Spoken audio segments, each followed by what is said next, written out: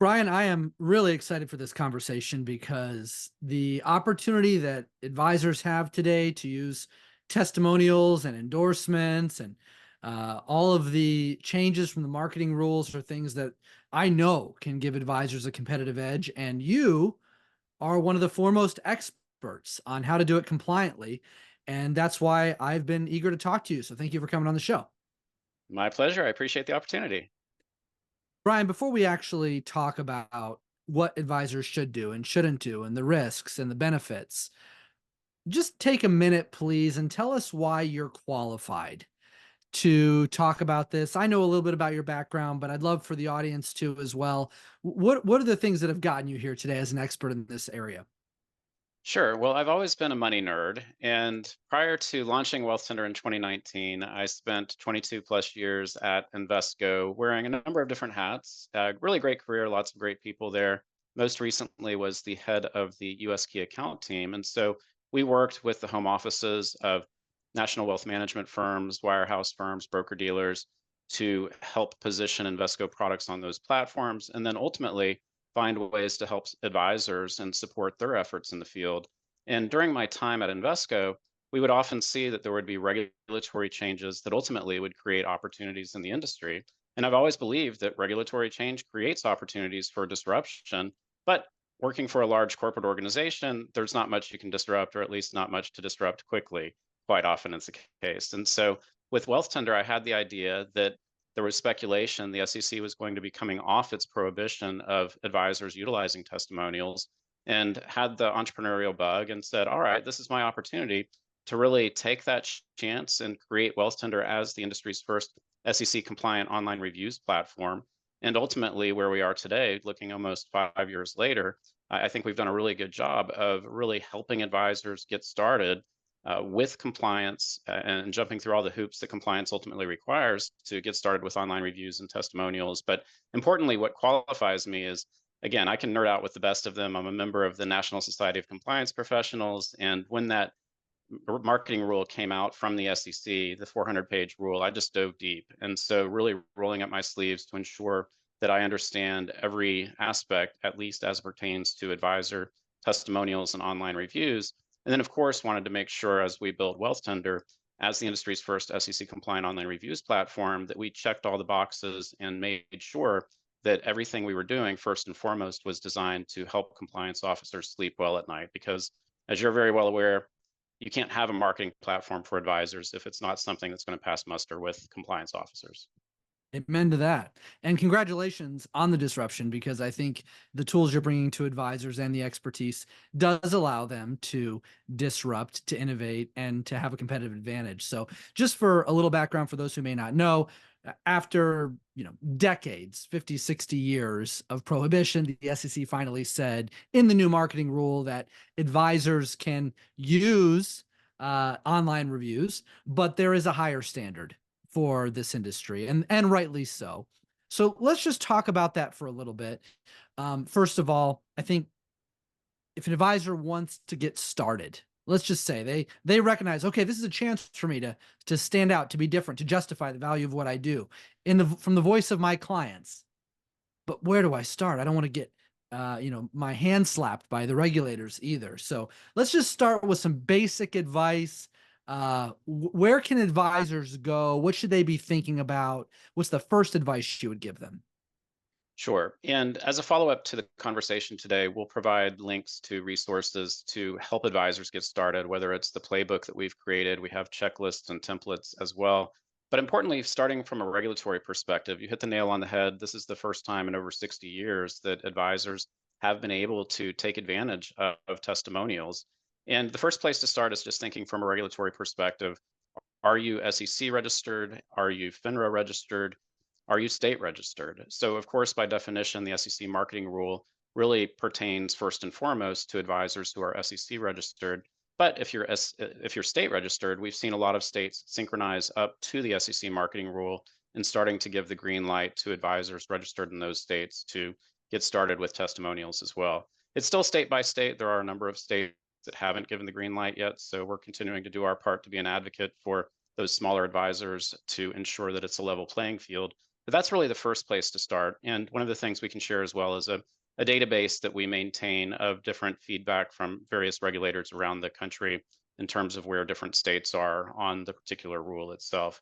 Now, beyond that, once you have that regulatory green light, or you know that you fit within that realm, there's of course the compliance green light from your home office. And again, this is where I spend a lot of my time today, speaking with compliance officers and compliance consultants to educate them on the Wealthtender platform and the way that we've designed everything about our platform to comply with the regulations. And to the SEC's credit, even though I mentioned it was a 400-page rule, I think they did a really good job of making it very straightforward for advisory firms, wealth management firms, advisors to get started with online reviews. So the first thing that you're going to need to do is update your firm policies to acknowledge that you are, in fact, taking advantage of this opportunity. There's a box to check in the Form ADV indicating whether or not you do or do not utilize testimonials as part of your marketing activities going forward.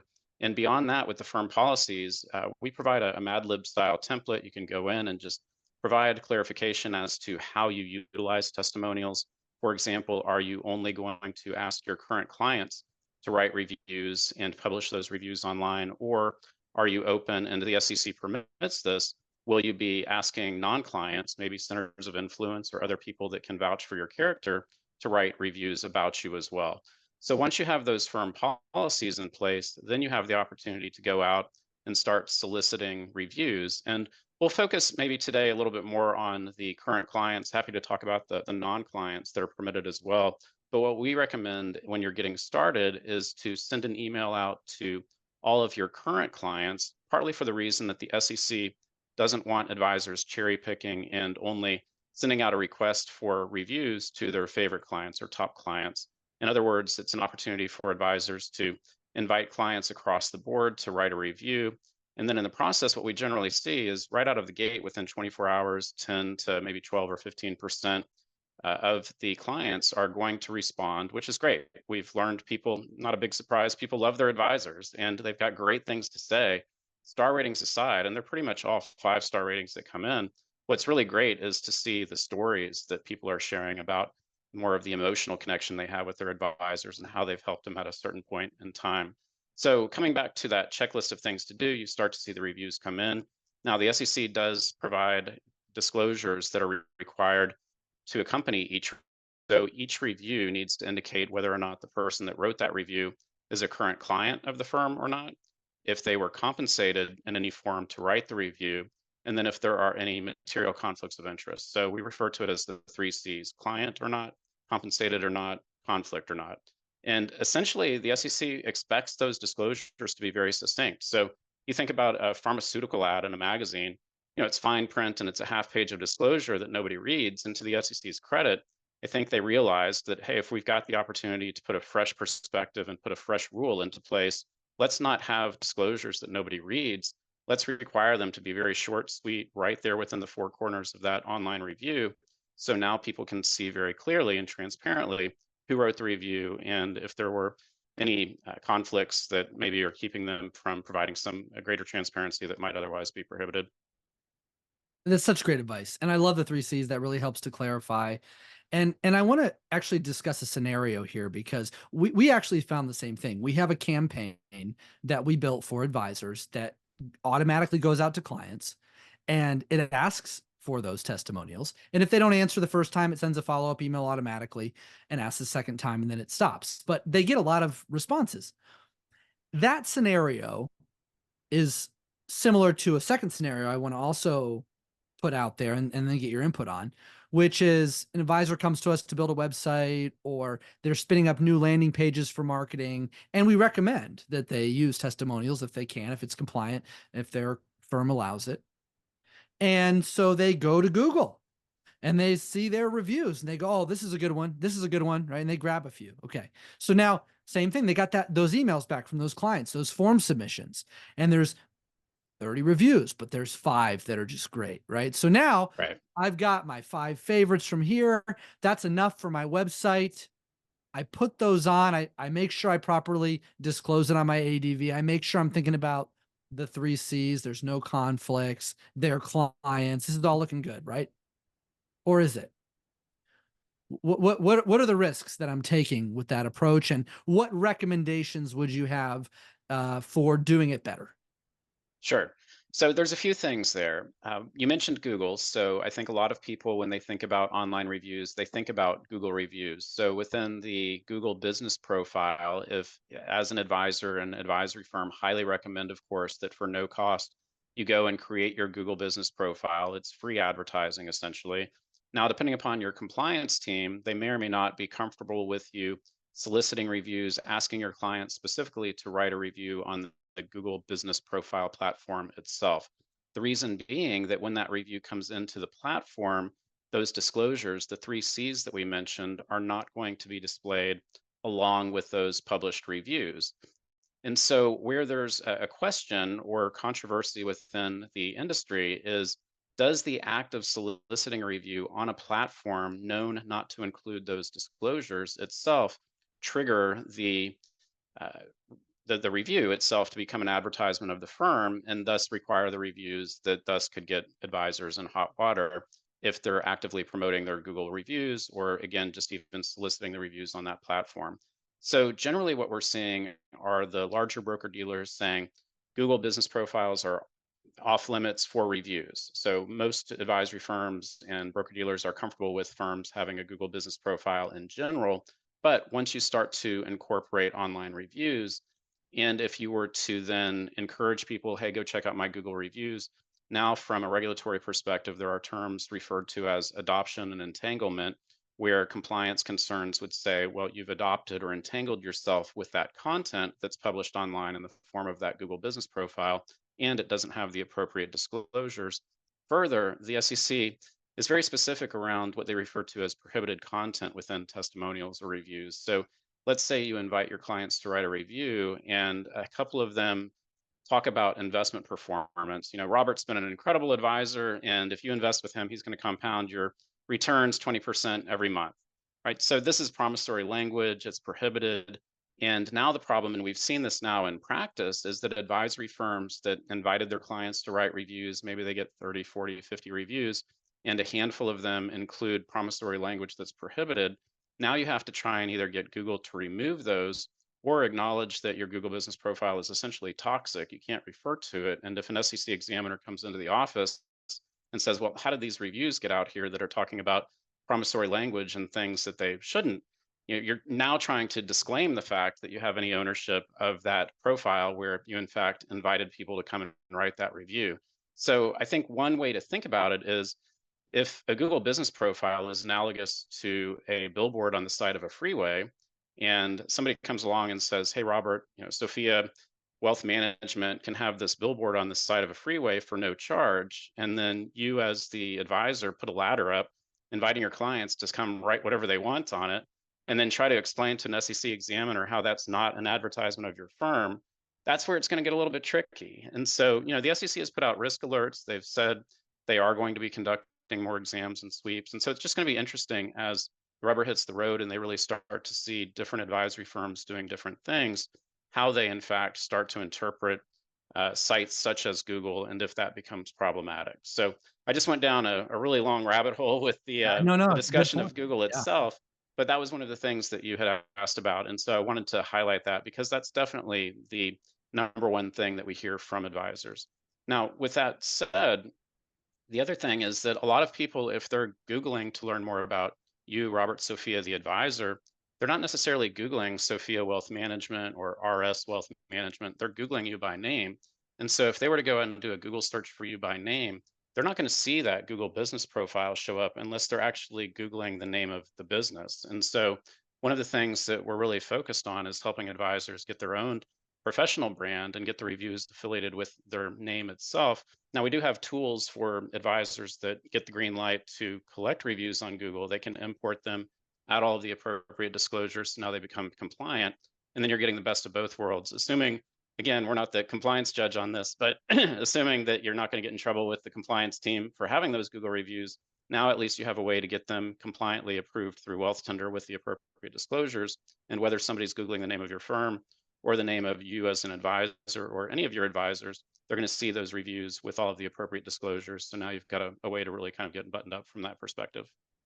Yeah, yeah, I love the approach there, especially on building the advisor's personal brand and their company name and doing it in a compliant way. I mean, it's a great innovation. And I'm a fan of what you've built, Brian, for sure. I do want to ask you just for clarification on the point about Google and proper disclosure on Google, because I've seen and some advisors ask us for this, and it's not something we do, to be clear, but I want your take on it.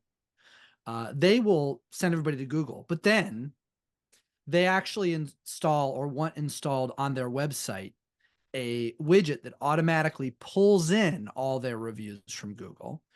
And then on their website, they can put the proper disclosure. And some believe that satisfies the rule. What's your take on that? Yeah. So again, a couple of things there. If a compliance officer gives the green light, and again, hopefully we'll see some guidance from the SEC down the road. The taking a step back, so FINRA has had a testimonial rule in place prior to the SEC marketing rule, and within guidance that they've provided subsequent to their rule being issued, they actually indicated that platforms where reviews can be collected, like Facebook or Google, that if you solicit the review, that in fact does trigger the disclosure requirements. So it'll be interesting to see if the SEC offers a more lenient stance than FINRA. But that's another one of the reasons why we think that's going to be an area that is out of bounds, or at least as the SEC starts to see more reviews coming into Google that have prohibited language, problematic issues, that becomes an issue. Now, in a perfect world, advisors solicit reviews, they come into Google, nobody says anything that's promissory or problematic. And then, as long as the advisor wealth management firm doesn't acknowledge or tell prospects, hey, go check out my Google reviews, to your point, using that Google review platform as more of a repository to collect the reviews, don't acknowledge it, but then have those reviews come into your website where you add the appropriate disclosures, you're getting closer to an area where you should be safer from a regulatory perspective. So you're still dabbling a little bit in that gray area and high risk if you're doing anything at all with Google. But at least to your point now, you're not telling people, hey, go look at my Google reviews. You're saying, check out the reviews in a widget on our website with the appropriate disclosures, or even not using a widget, just selectively identifying a handful of reviews that you want to use maybe in a carousel feature on a website, and then incorporating the appropriate disclosures below those. And one of the things that the SEC likes to see, if you only include a handful of reviews, is a link to an area where a prospect or anybody that's visiting your website can see where they can find all of your reviews. And so with Wealthtender, to your point, we've got a widget that is made available where all of the reviews are embedded. But alternatively, we also have advisors and wealth management firms that use a handful of reviews and then point prospects back to their profile on Wealthtender, where they can read all of the reviews to satisfy that part of the marketing rule. Great insight. Great insight. I want to talk to you about a scenario I learned of recently and get your perspective on it as well, Brian.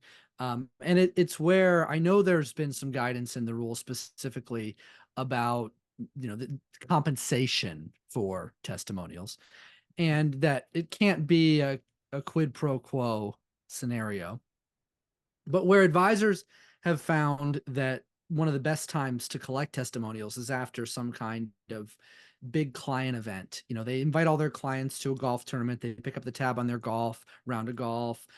It could be a prospecting event, of course, or a wine tasting or a dance. And all the clients are happy. And then they say, please support our firm. They ask for the testimonials. Everybody's in a good mood, right? So, Right? so, so they're coming off of this high scenario, engaging with the advisor, feeling great about, maybe they give a market update and they provide lunch and everybody's learning about the markets and the economy. And oh, my advisor is so smart. And now, oh, they've asked me for this, right? It makes perfect sense. But as I have read in the rule, and I think I've seen some of your writings around this as well, this can sort of be a gotcha for advisors. Can you tell me about the risk of that and what we know about how examiners might look at something like that? Sure. So, a really great point that you raise, and definitely something that the SEC contemplated within the marketing rules, specifically saying, look, we want every online review or testimonial to indicate if an individual was compensated, not just in cash, but in any form for the review. And they provide some specific examples that could be. a meal, and that it could be retroactive. So, meaning essentially if somebody, writes that review and it was the day prior, or, a handful of days later, or maybe again, it'll be the SEC's interpretation. Maybe it's a couple weeks later or longer. Maybe it's telegraphing like, hey, if you can write a review for us, that's great. By the way, we've got World Series tickets or Stanley Cup tickets coming up here. So of course you're going to say something nice, right? So we actually wrote a white paper that was published by the National Society of Compliance Professionals on this very topic, highlighting that risk that the SEC discusses. And what we would actually recommend is trying to avoid timing of that request for a review or a testimonial anywhere to those types of events. So, not maybe right around the holiday period when you're sending a client gift on an annual basis, but where we think it's timely is maybe after the annual client review that you're conducting, where maybe a week or two after that. And again, the goal being that the very first time you ask for reviews, put it out to all of your current clients so that you check that box from a regulatory perspective. But then to your point, just incorporating into your day-to-day activities, whether it's an online, or excuse me, the client's annual review meeting. And, once they've said, I'm good, I'm happy with the review that we did. And then that's your opportunity to invite the client to write a testimonial. The other tactic that we've heard work really well, and I think this is really creative, is an advisor who, on his birthday, reached out to all of his current clients and said, hey, happy birthday to me. Just wanted to thank you again for being a client. And by the way, I'm not looking for any tangible gift. However, the best gift that you could give me is sharing your experiences working with our firm. And, of course, it's not sharing a 5-star review. We can't lead the witness and encourage them to write a glowing review, but sharing your experience with our firm would be the best birthday gift I could ask for, right? So just positive or negative, just sharing their experience. And of course, they love their advisor, they're going to say great things. And that also just kind of creates that emotional connection. Oh, it's the birthday. Of course, let me take the time to do this. It's a great way to get a higher response rate, and perhaps obviously have some great reviews that come as a result as well. I love that. That's a great tactic. Yeah, thank you for sharing that. Now, Brian, one of the things that I've seen you talk about is the concept of a five-star advisor, five-star review. And when as a marketer, I mean, I've been marketing this business for years. There's an opportunity that I couldn't have dreamed of 20 years ago in this industry to pull up an advisor website, and there's a headline that's a raving, you know, Robert's the best advisor in the world, 5 stars, right? Like that's just, Right. when we're thinking about those types of things, from a marketing perspective, advisors can get excited about those types of opportunities. But I mean, you might have some 2-star reviews and some 3-star reviews, and is that dangerous territory, or is that something that we should be capitalizing on?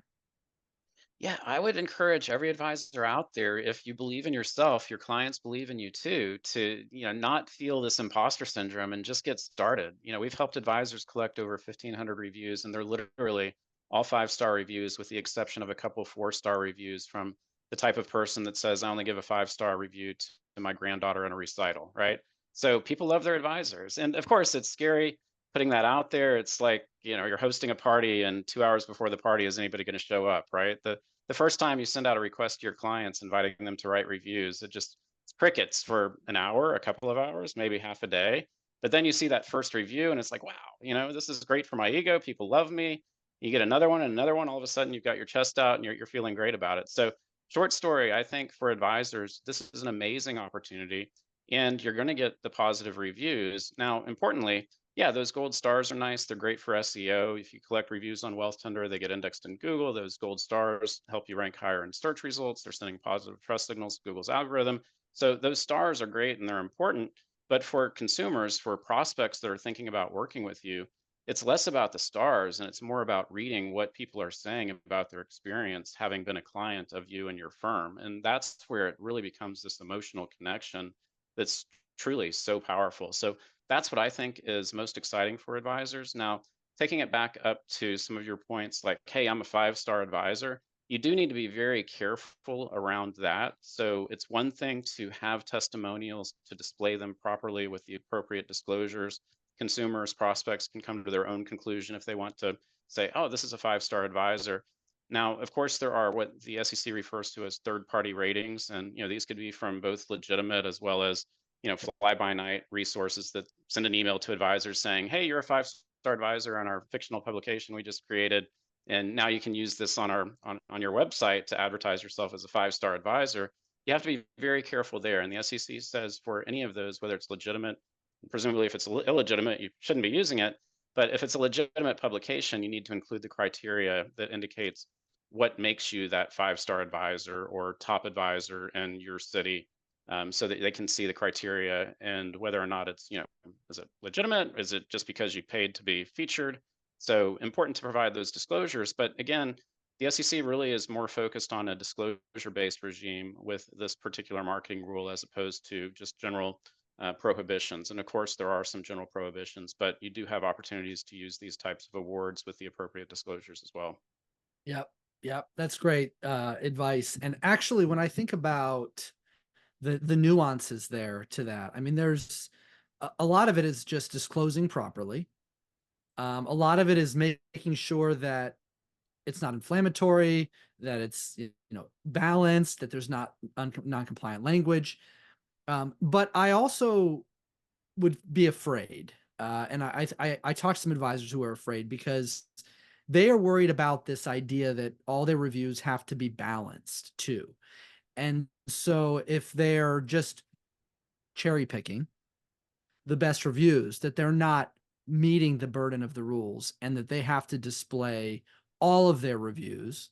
And it's great. Most advisors do have all good reviews, but if you go to Google, there are many advisors who sometimes get that one irrational client or competitor with a fake review, and so sometimes it makes them scared to just pick their best reviews and Sure. slap them on their site. Is that something they should be worried about?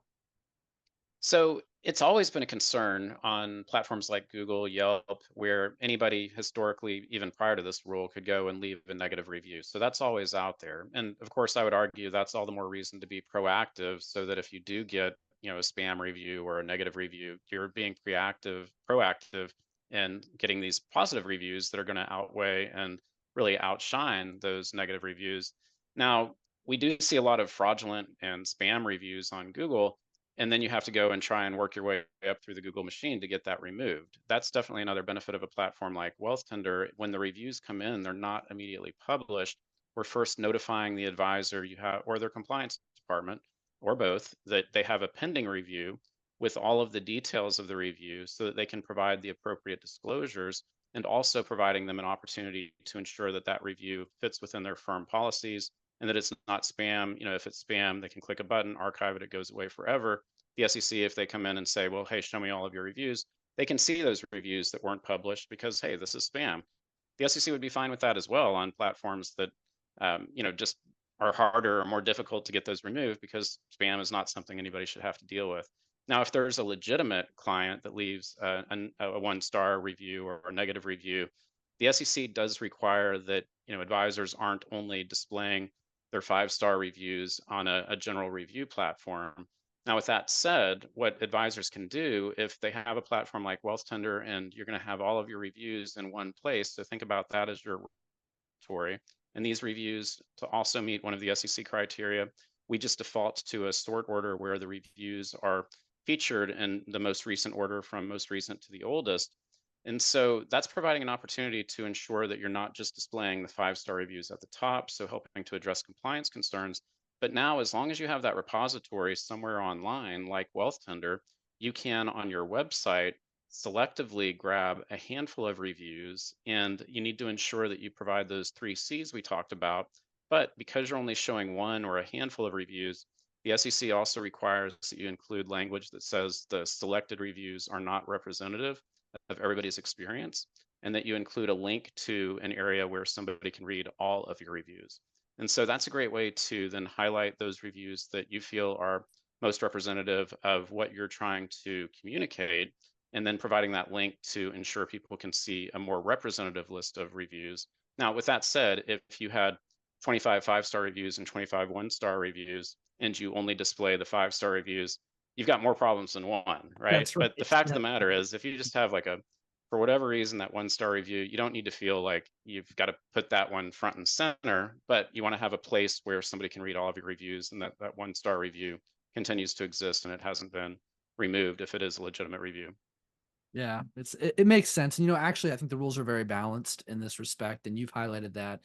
I know that we are about out of time, Brian, but there is one thing I want to talk about from the other side. Is if I'm listening to this and it sounds good, but I'm risk averse. Last thing I want to do is attract regulatory attention that could get me in trouble. And I'm not an early adopter type. So I'm just going to sit back and I'm going to wait and see how this plays out and wait for more guidance. What is the risk of doing that? Do you think that there are valid reasons to just hang back? Or do you think advisors should be leaning into this and that the risks of not doing so are greater? What's your perspective? Sure. So, from a practice management perspective, if you're advisor that is totally comfortable with your book of business, you're not actively focused on attracting new clients, then, perhaps there's no reason to go and collect those reviews. Now, I would argue even in that instance, you would want to have those reviews that could make your practice even more valuable from a transition perspective if you're looking to ultimately roll up to a third party or sell to somebody down the road to be able to reinforce like, hey, we've got great clients that really love us and all that we do. The other thing I would suggest for an advisor who wants to take that most conservative approach is to not be afraid to get started. Ask all of your clients to write reviews. You can ask them to do it offline, essentially. This could come in to you directly. And if you like what you see, then you can put these on your website. You need to ensure that you've got, again, all of those, if they're in the form of reviews, somewhere where people can see all of them. But if you decide, you know what, this isn't exactly what I hoped for, I need to do a little bit more work in terms of how I'm servicing my clients because clearly they're not saying enough great things about me, then you don't have to be in the business of testimonials or online reviews. You can just keep them behind the curtain and use it more as an opportunity to further improve. So I do think, regardless, as long as you have the compliance green light, the opportunity to invite your clients to write a review, whether or not you end up utilizing them, is something that all advisors should at least consider because, at a minimum, it's going to be a good practice to hear what's on the minds of your clients in terms of the ways that they're thinking about how they would convey their experience to people outside of your walls. I think that's great advice. And we've actually seen where advisors have testimonials, their conversion rates on landing pages and websites are higher. And that's because it adds credibility, especially for new visitors, prospects. So it may not matter as much to your current clients, but if somebody is interested in growing and attracting new clients, people look for social proof today. Reviews are everywhere. It's certainly nice to see that our industry finally has the opportunity to really adopt them. And Brian, you're certainly a trailblazer in this area. Thank you for all the insight you shared today. I know there's probably more that we could talk about, but just in case there's anything I missed, are there any key points that you'd like to conclude with that you think are really important as we think about the theme of this podcast? It's steal my strategy. So, is there any other strategy advisors should be stealing from you? Yeah, well, I think we've covered a lot, but ultimately, make sure as an advisor you're doing something online that creates an emotional connection with prospects. And of course, online reviews do that incredibly well because you're getting the experience of your clients talking about how they've enjoyed working with you, and that's emotional for the prospect that's reading about their experience. It's helping them get to know who you are, and beyond just your credentials and facts that they're reading about you on your website, now you've got something really tangible that's helping them feel more comfortable about approaching you for that introductory call. If you're not able to get started with online reviews, there are other ways to create that emotional connection. And whether it's a story on your website, but more importantly, I would suggest a video, helping people know who you are. And again, as you're well aware, this sea of sameness that we see across so many advisor websites, where if somebody is narrowing their search to you as an advisor and two other advisors, it's probably not going to take a ton for you to stand out. And having a video where somebody can feel like they're really getting to know who you are, creating that emotional connection, ideally also being able to read those online reviews and getting that connection from your client's experience as well. But that would be the strategy that I would suggest, is ensuring in some way, shape, or form, we know people are going online. Even if they're getting a referral from somebody offline, they're going online to better understand somebody that they feel they may want to work with. And if you can better build that emotional connection, it's really going to go far. It's great advice. Brian, as always, thank you so much for sharing with us today. It was great to have you on the podcast. And I know a lot of advisors will benefit from this. And we really do appreciate the work you're doing for the industry. I appreciate it, Robert. My pleasure.